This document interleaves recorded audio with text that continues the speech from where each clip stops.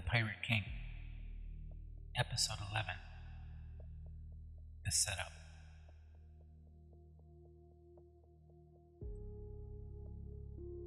The next few days at the division were tense. Whenever Sam Jensen's name came up, the room had already decided something about him. Not in any way that would show up in a report or a conversation you could point to later. It was in the quieter adjustments people made without realizing they were making them. The way voices dropped half a tone when he walked past, and in the way conversations shortened instead of stretching. It was like whatever they had been about no longer needed to continue in the same way now that he was part of this space. It wasn't hostility, and it wasn't disrespect either. It was something more silent than that. Something that felt like awareness without acknowledgement. Sam picked up on it before anyone ever said a word to him. Because that was part of the job. Reading environments before they decided to read you back. He didn't react to it, nor did he slow down or speed up or change anything about the way he moved. Because reacting would mean it mattered more than it should. And Sam didn't give things that kind of control. When Harris reluctantly called his name, he stood, steady, no hesitation, no question in it. Then he made his way down the hall toward Keller's office like he had done it 100 times before, even though he hadn't. It wasn't about repetition. It was about control. And control started with how you entered a situation, not how you responded to it once it already started moving. Keller's door was already open. That wasn't an accident. Sam saw that immediately, the way the space was presented before he even stepped into it. The angle of the door, the line of sight into the room. Nothing hidden, nothing obscured. Everything positioned so that the moment you crossed the threshold, you were already inside whatever Keller wanted this to be. Sam didn't pause in the doorway. He didn't look around first. He stepped in like it was any other room, like the setup didn't matter, because acknowledging it would give it weight, and weight was exactly what Keller was looking for. Keller stood behind his desk, hands resting lightly against the surface. Posture relaxed in a way that wasn't relaxed at all. His attention was fixed on something just past Sam for a fraction of a second before settling directly on him, as though he had been expecting him to arrive at that exact moment. "Sit," Keller said. It wasn't an order, not the kind that needed to be enforced, but it wasn't optional either. It lived in that middle space Keller seemed to prefer, where things sounded neutral, but carried weight anyway. Sam stepped forward, pulled the chair out and sat. His movements were smooth. Nothing rushed, nothing delayed.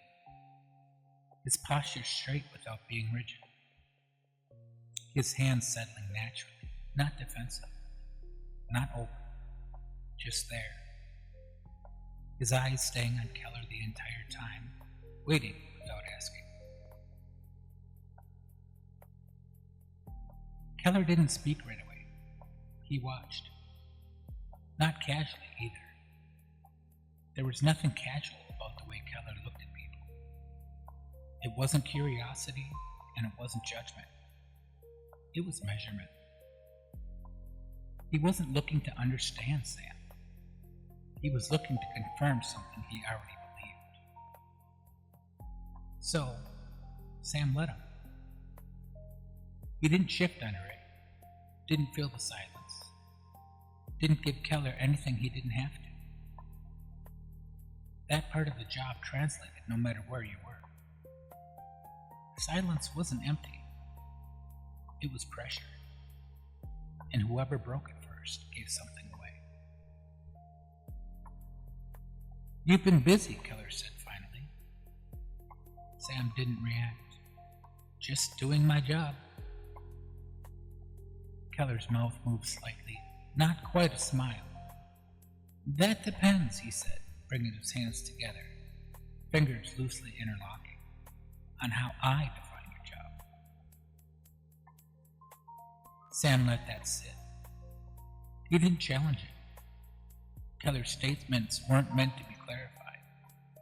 They were meant to be stepped into.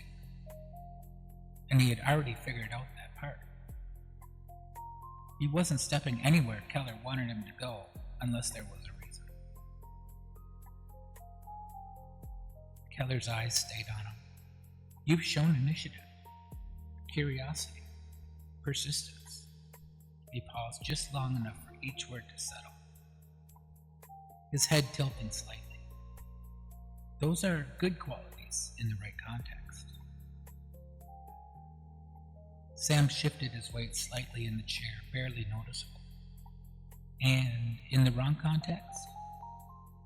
Keller's almost smile faded as quickly as it had formed. "The wrong context," he said quietly, "is when curiosity starts creating problems that didn't need to exist." There it was, still indirect, but closer now. Sam didn't respond right away. He let the silence stretch, not to challenge Keller, but to make it clear he wasn't going to rush into anything. When he finally spoke, his voice stayed even. "If there's a problem, I'll deal with it." Keller watched him a second longer, then nodded once. "You could try." He turned slightly, reaching for a file on his desk, flipping it open without looking at it, his attention still anchored to Sam. "We've got something I want you on. Small, contained, and it shouldn't take long." Sam didn't move. "What is it?" Keller slid the file across the desk, stopping it just short of Sam's hands. "A routine follow-up. Report came in, flagged for review. Nothing complicated." Sam looked down at it, not opening it yet. "Then why me?" Keller didn't hesitate. "Because I want to see how you handle it." That was the real answer.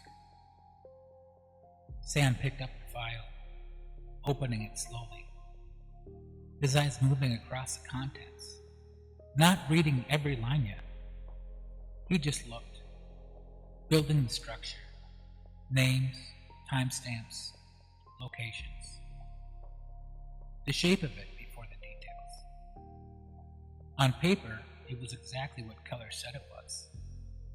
Clean, straightforward, the kind of thing that usually moves through the system without friction.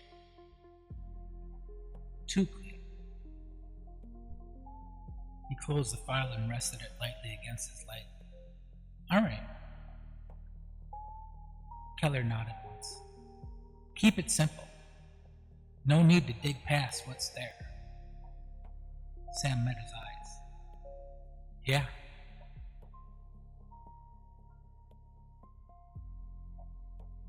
Keller held the look for a moment longer, then leaned back slightly, the conversation already over on his side.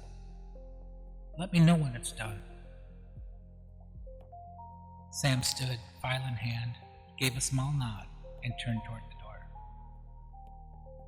He didn't rush out, didn't hesitate either. Just moved the way he always did. Steady, but as soon as he stepped back in the hallway, the pressure settled in again. Heavier now, more defined. This wasn't a routine assignment. It was placement, and Keller had already decided where Sam stood inside it. The drive out to the case didn't feel long, but it didn't feel short either. Time moved the way it did when your mind was somewhere else. Not lost, not distracted, just working. He was turning things over without forcing them in place. Sam kept the radio off, the file resting on the passenger's seat, his eyes flicking toward it once before returning to the room. Keller's voice stayed with him. Not the words, the delivery, the control behind them. He replayed the conversation once, then again, not looking for what was said, but what wasn't. He contemplated the spaces between things, the points where something could have been clarified and wasn't. That was where Keller operated, not in statements, but omissions.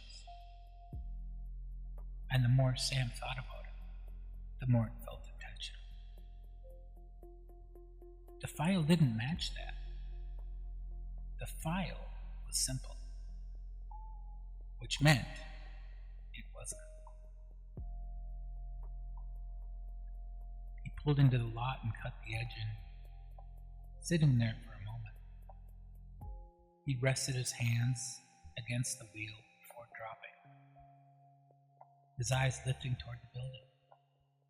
It didn't look like much from the outside, just another space that blended into everything around it. But Sam had learned early on that appearances didn't matter nearly as much as structure. He stepped out, closed the door, and had made his way toward the entrance. Inside, it was still, not empty, not abandoned, just still in a way that didn't match the timing. Like whatever had been happening here had ended just slightly too clean. There were signs of activity, a chair not fully pushed in, and a monitor still casting a faint glow. But no people, no movement, nothing that tied those details together into something natural. Sam stepped further inside, letting the space settle around him, his eyes moving slowly, not searching yet, just observing. Something about it didn't sit right. Not wrong, just arranged.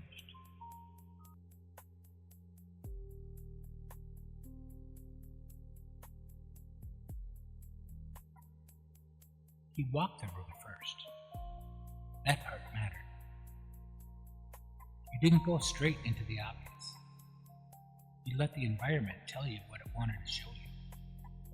And more importantly, what it didn't. His steps were slow, deliberate, his attention shifting from one detail to another, building the picture piece by piece. The desk, the chair, the angle of the monitor, the position of objects that should have been random but weren't. Normal didn't get arranged. That was the problem. He moved toward the desk, his focus narrowing slightly, and as he stepped closer, something moved. Not the room, something internal. Subtle, but noticeable.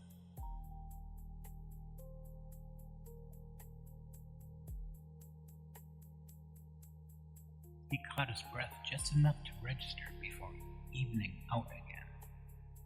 He paused just for a second. At the desk, he leaned slightly, his hands resting against the edge as his eyes moved across the screen.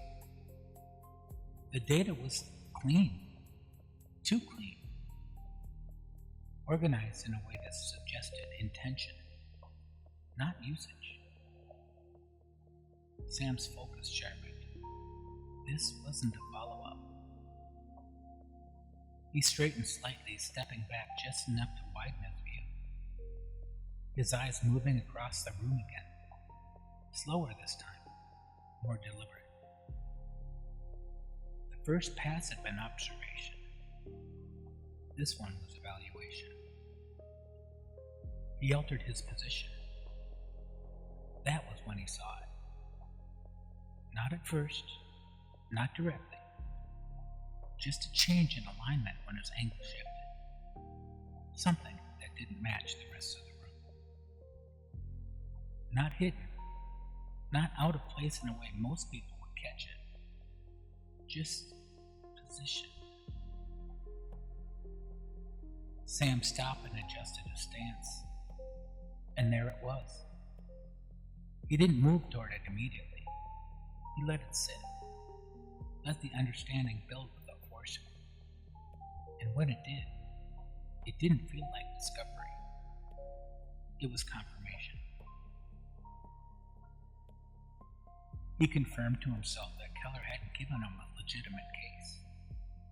This wasn't about the file. It wasn't about the report. It was about him. And whatever he did next, Keller was already waiting for it.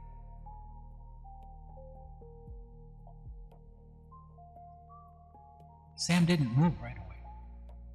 He let that realization settle instead of reacting to it.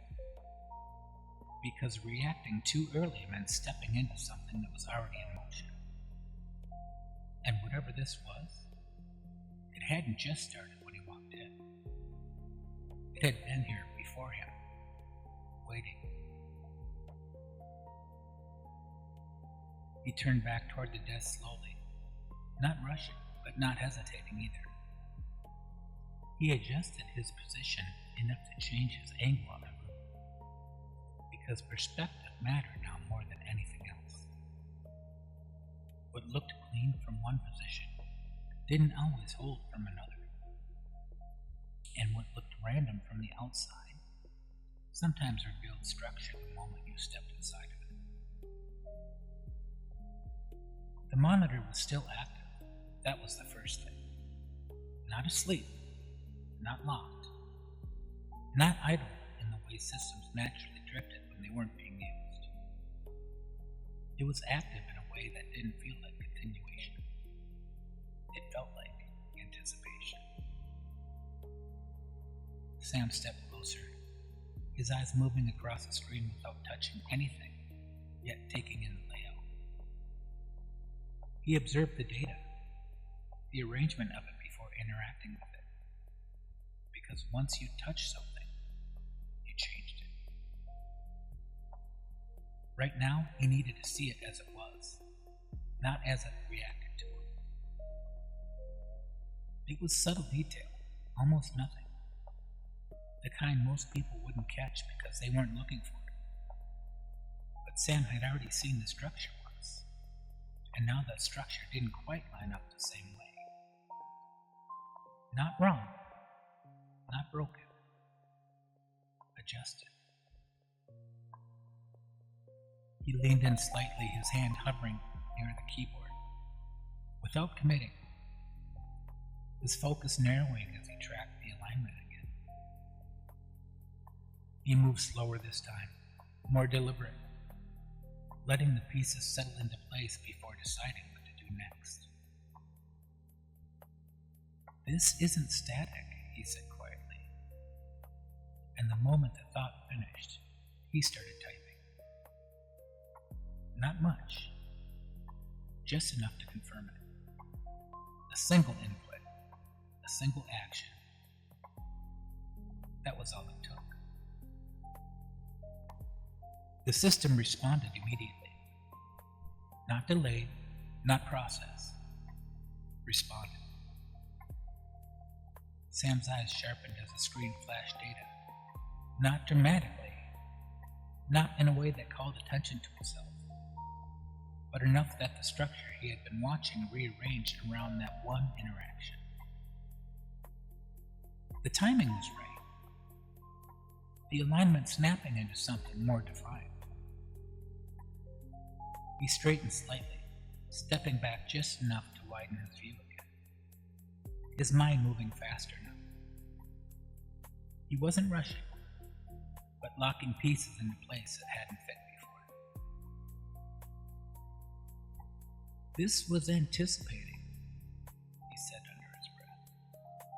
Not for data, not for input, but for him.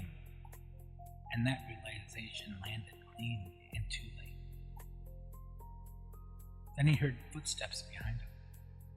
Not rushed, not aggressive. Sam didn't turn right away. He didn't need to. He already knew. Sam Jensen, step away from the terminal. The voice was calm, not raised, not urgent, just direct in a way that didn't require repetition. He turned slowly and two men approached him.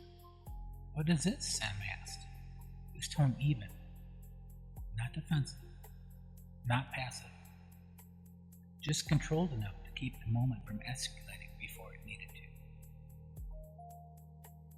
You accessed a restricted system, one of them said, already stepping slightly to the side, adjusting position rather than advancing. That system was active when I got here, Sam replied, his eyes shifting briefly past them, scanning the room without making it obvious. He was still tracking movement. Exits, anything that didn't match what he had already seen. One of the men said, You interacted with something you weren't authorized to access. Do you have the authority to be here? Sam asked. Yes, we have been authorized to track you down. That was the moment it locked. Sam exhaled slowly, the tension settling into something more defined. Not confusion anymore, not uncertainty, just recognition. This was already set, he said quietly. Neither of them answered. They didn't need to. Turn around. The instruction came clean. No force behind it. No escalation in tone. Just the next step in a process that had already moved past explanation. Sam didn't resist. There was nothing to resist, because resistance implied guilt. And he knew resisting would only make things worse for him. He turned, placing his hands behind his back without being told to again. A motion deliberate, the same way he had done to others more times than he could count. But that thought hit differently now. The contact was brief, professional. No hesitation, no aggression. They were just following orders. Sam's eyes took in the room again, just slightly as they guided him toward the exit. He was not looking for help, not looking for a way out, just taking it all in from a position he had never been in before. That was when he saw him.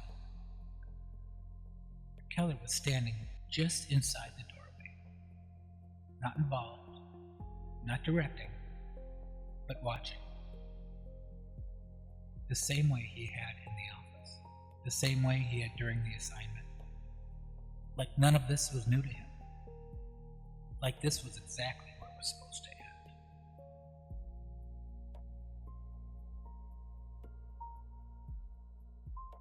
Sam held his gaze for half a second longer than necessary. Not challenging, not questioning, just a deep stare. Keller didn't move, didn't speak, and he didn't react. He didn't have to. Sam looked forward again as they let him out, the space closing behind him in the same way it had when he entered. Quiet, set, without anything that could be pointed to as the moment things changed. But they had, just not in the way most others would see.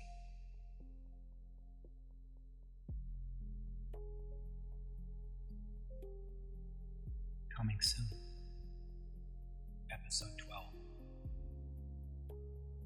The Cell.